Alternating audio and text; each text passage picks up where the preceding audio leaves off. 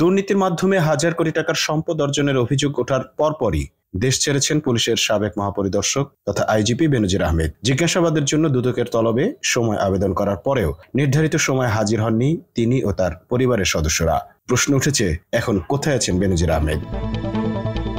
জানা গেছে, দুর্নীতির তথ্য সামনে আসার পরপরই চিকিৎসার নামে সিঙ্গাপুরে পাড়ি জমায় বেনজির এবং তার পরিবার। সেখান থেকে তারা মালয়েশিয়া মাই সেকেন্ড হোম প্রকল্পের অধীনে বেনজিরের কেনা মালয়েশিয়ার বাড়িতে গিয়ে ওঠেন। এরপর মালয়েশিয়া থেকে সপরিবারে চলে যান দুবাই।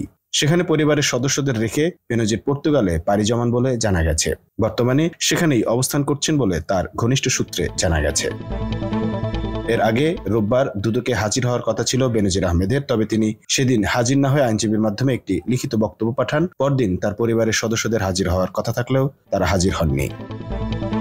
দুর্নীতির মাধ্যমে হাজার কোটি টাকার সম্পদ অর্জনের অভিযোগ ওঠার পরপরই দেশ ছেড়েছেন পুলিশের সাবেক মহাপরিদর্শক তথা আইজিপি বেনজির আহমেদ। জিজ্ঞাসাবাদের জন্য দুদকের তলবে সময় আবেদন করার পরেও নির্ধারিত সময়ে হাজির হননি তিনি ও তার পরিবারের সদস্যরা।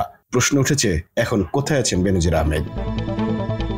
জানা গেছে, দুর্নীতির তথ্য সামনে আসার পরপরই চিকিৎসার নামে সিঙ্গাপুরে পাড়ি জমায় বেনজির এবং তার পরিবার।